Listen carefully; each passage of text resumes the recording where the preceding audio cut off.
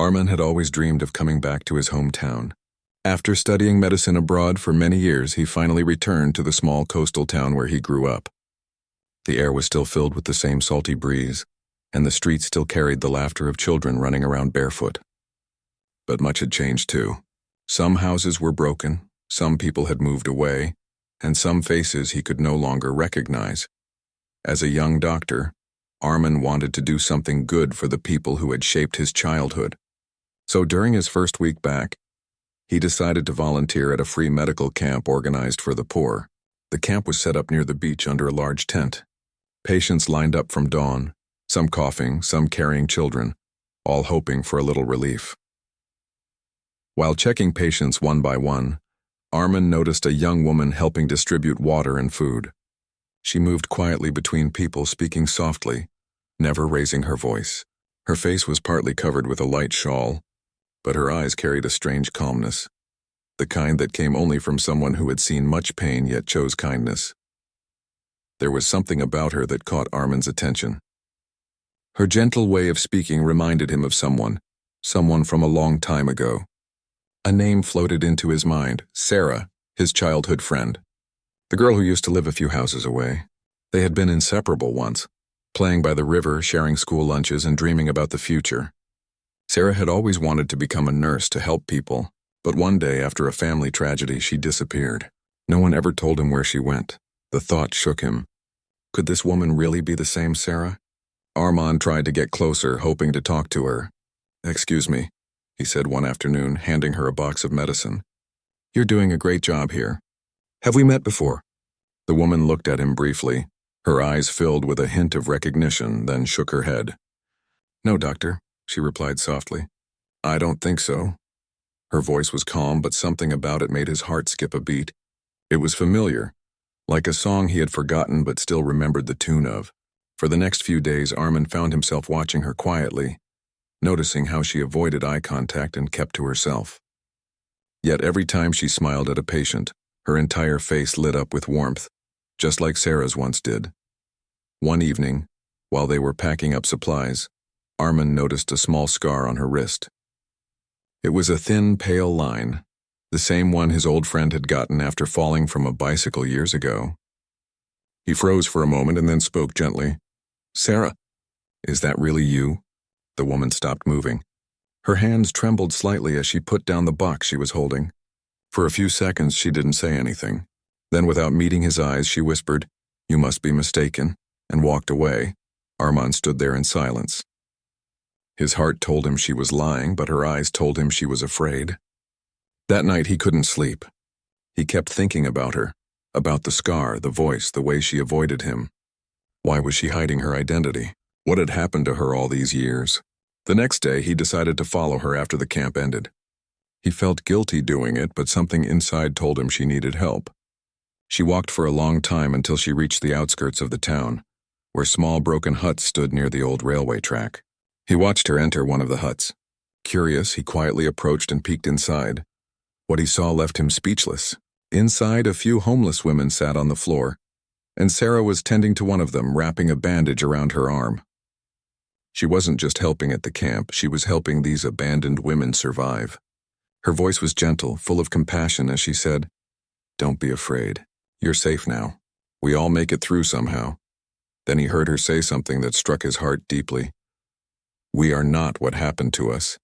We can still heal." Her words carried the weight of someone who had suffered greatly yet still believed in goodness.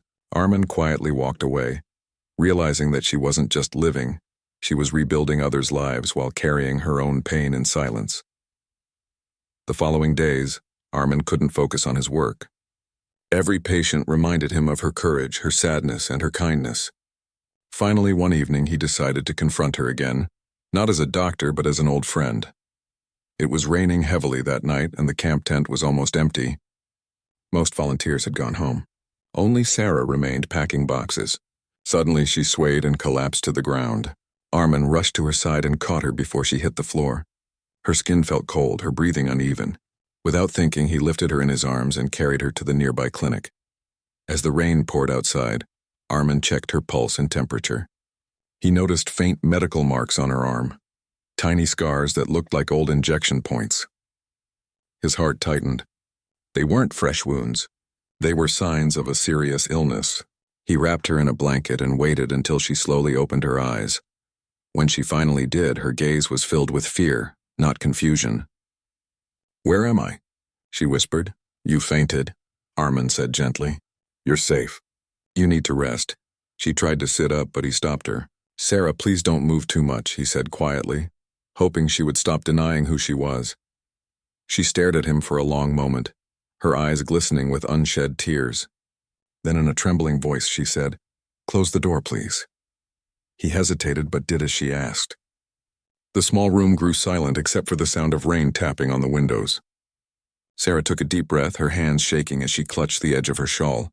"Arman," she finally said, her voice barely audible. "You shouldn't have helped me. Why not?" he asked softly. "Because—" She paused, her lips quivering. "I'm not clean," Armin froze. Her words pierced through him like ice. He didn't understand what she meant. "What do you mean?" he asked, his voice full of concern. Tears rolled down her cheeks as she turned her face away. "You don't know what I've been through," she whispered. "You don't know what I carry inside me." Armin's heart ached. He wanted to tell her that it didn't matter, that she was safe now, but he could see that she was battling something much deeper. Not just physical pain, but emotional scars. The silence between them felt heavy. She kept her head low, her hands trembling as she tried to hide her tears. Armin gently reached for her hand, but she pulled away, shaking her head. "You wouldn't understand," she said softly. "People don't understand.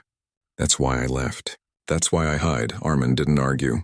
He only said, "Sarah, whatever it is, you're still the same person I once knew. The one who wanted to help people. That hasn't changed," but she didn't answer. Instead, she slowly turned her face toward the wall, as if she was afraid to meet his eyes.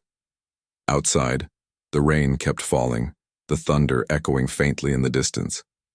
Inside that small clinic room, two lives sat in silence.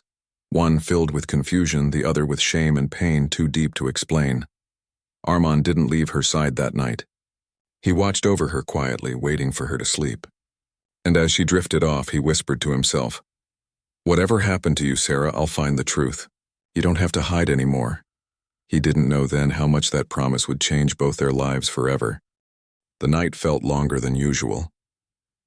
Armin stayed by Sarah's side until morning, his heart restless and full of questions. He couldn't stop hearing her words. "I'm not clean." They echoed in his mind again and again. What did she mean? What was she hiding that made her believe she was unworthy of help or care? When the first light of dawn entered through the window, Sarah slowly opened her eyes. She looked weak but calm. Her face was pale, yet her expression carried quiet strength. Armin handed her a glass of water. "Thank you," she whispered, her voice fragile. He gave a soft smile. "You don't have to thank me, Sarah. You would have done the same for anyone." She didn't answer. Instead, she stared at the blanket covering her hands. Silence filled the room for a few moments before she finally spoke again. "You should not waste your kindness on me, Armin. There are others who deserve it more." Armin shook his head. "Don't say that. Everyone deserves kindness, especially you."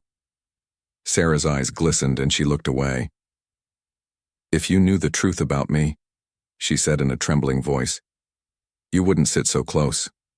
Her words made him feel a strange pain inside, but he stayed quiet, giving her time. After a long pause, she slowly unwrapped the cloth around her arm, the same one she always kept covered. Arman's breath caught in his throat. Her skin was marked with old scars and faint spots, traces of medical treatment long ago. They were not fresh wounds, but they told a silent story of suffering and survival. He realized what she meant by not clean. She had battled something painful, something that had made her feel untouchable in the eyes of the world. "I had an illness," she said softly, tears filling her eyes. "Years ago, when I was 19, I fell sick. At first it was just fever and weakness, but soon the doctors told me I had an infection. People in town started avoiding me. Even my relatives stopped visiting. They whispered things, calling me cursed." Her voice broke for a moment, but she continued. "When my parents died, I was sent away for treatment to another city. I stayed there for years alone. No one from here ever came to see me. I thought I would never come back. Armin listened quietly, his heart heavy with sorrow. Every word she spoke carried so much pain, yet there was no bitterness, only sadness and acceptance.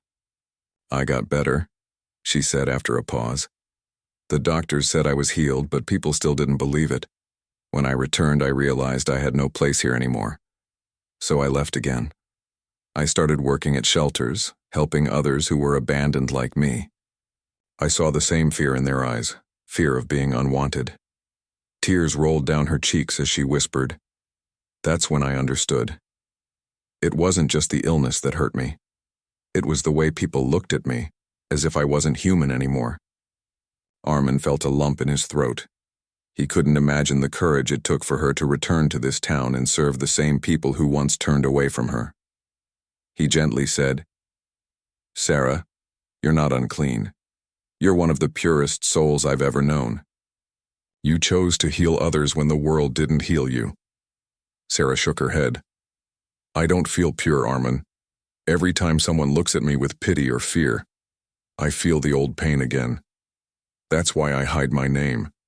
That's why I keep my shawl on. I don't want people to remember what I used to be." Armin looked at her with deep compassion. "What you used to be doesn't matter. What you are now does. You're brave, Sarah. You turned your pain into purpose." For a long time, neither of them spoke. The sound of rain had stopped and sunlight slowly filled the small room. Armin could see the strength in her eyes returning little by little. In the following weeks, Armin made sure Sarah got regular checkups. She was physically healthy now, but he knew her heart carried scars that couldn't be treated with medicine. He visited her often, helping her with the women at the shelter. The more time he spent with her, the more he admired her strength. One day, while they were distributing medicine to the women at the shelter, one of them asked Sarah, "Why do you do all this for us?" Sarah smiled gently. "Because I know what it feels like to be forgotten," she said, "and I don't want anyone else to feel that way." Her words touched everyone in the room, including Armin. As days turned into weeks, Sarah slowly began to open up more. She laughed sometimes, told small jokes, and even began to trust herself again. Armin could see the change in her. She was healing, not from disease, but from years of emotional pain. One evening, while they were cleaning the shelter, Sarah said quietly, "Do you ever think people can really forgive and forget?" Armin looked at her and said, "People may not forget, but they can learn to understand, and when they do, forgiveness becomes easy." She gave him a small smile. "Maybe someday," she whispered. Months later, Armin suggested holding a small health awareness seminar in the town. His idea was simple: to teach people about compassion and understanding toward those who had suffered from illnesses. Sarah hesitated at first, afraid of how people would react if they recognized her. But Armin encouraged her gently, saying, "They need to hear your story. You could change lives." After many days of thought, she finally agreed. The day of the seminar came. The hall was full of people, doctors, students, and townsfolk. Armin stood by the side of the stage watching as Sarah stepped up to the microphone. She looked nervous at first, her hands trembling slightly, but when she began to speak, her voice grew steady. She told them about her journey, not with bitterness, but with grace. She spoke about fear, isolation, and the importance of kindness. She explained how an illness should never define a person, and how compassion could save more lives than medicine ever could. By the time she finished, there were tears in many eyes. People stood up and clapped for her, not out of sympathy, but out of respect. Sarah smiled, a real, bright smile, the kind she hadn't shown in years. After the event, a young girl approached her and said, "Thank you for your story. My brother is sick and I was ashamed to tell people, but now I won't be." Sarah's eyes filled with tears as she hugged the girl. For the first time, she felt that her pain had finally turned into something meaningful. Armin watched from a distance, his heart full of pride. The girl who once hid behind a shawl now stood before hundreds, shining with courage and hope. That night, as they walked out of the hall, Sarah looked up at the sky. The stars shimmered brightly. She turned to Armin and said, "I never thought I would feel free again." Armin smiled. "You were always free, Sarah. You just needed to believe it." She nodded slowly, her eyes filled with peace. "Maybe you're right," she said softly. "Maybe it's time to stop hiding." And she did. From that day onward, Sarah no longer covered her arms with long sleeves or hid her face behind a shawl. She walked confidently, her head held high. People greeted her with warmth, and she greeted them back with kindness. She continued her work at the shelter, teaching others not only about health but also about self-worth and courage. The once silent woman became a voice of hope for many who had lost faith in themselves. Armin often visited the shelter, sometimes to help, sometimes just to listen to her speak. He never forgot the day she whispered those words, "I'm not clean." But now, when he looked at her, he saw nothing but strength and beauty. Sarah had not only healed herself but had also healed everyone around her, and though her past was filled with pain, her future was filled with light. Because she had turned her scars into strength, her silence into a message, and her shame into hope. And every time Armin saw her smile, his heart whispered the same truth. She was never unclean, she was simply human, brave, and pure.